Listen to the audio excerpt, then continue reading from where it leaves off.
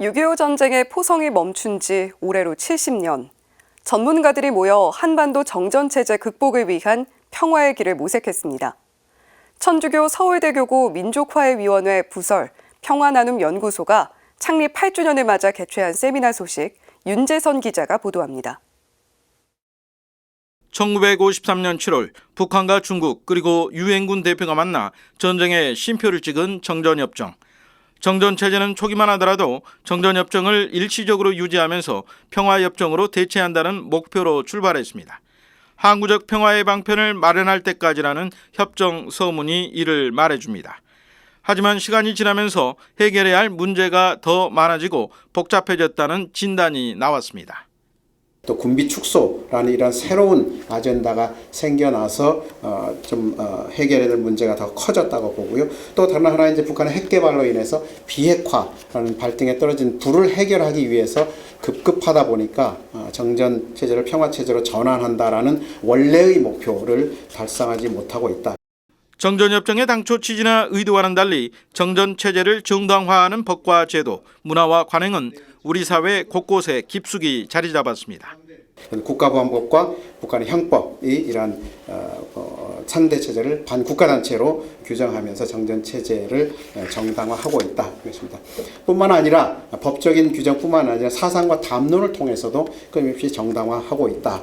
그럼에도 최근 30년간 이뤄진 남북 교류 협력의 확대는 남북 문제를 바라보는 구성원들의 시각을 바꿔놨습니다.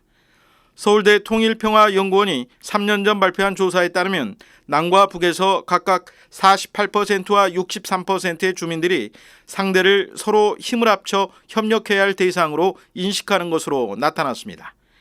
하지만 지금의 한반도 정세는 미국과 중국 간 갈등이 고조되는 가운데 신냉전의 움직임이 갈수록 커지고 있는 상황.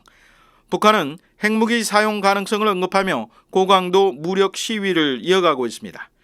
이런 환경에서 평화의 길로 나아가기 위해선 남북관계 개선과 북한의 변화를 동시에 추구하는 전략적 사고와 지혜를 발휘해야 한다고 말합니다.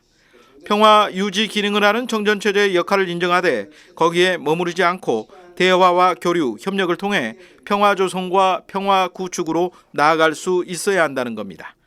아울러 화해야말로 정전체제 극복과 한반도 평화를 위해 풀어야 할 중요한 의제라고 말합니다.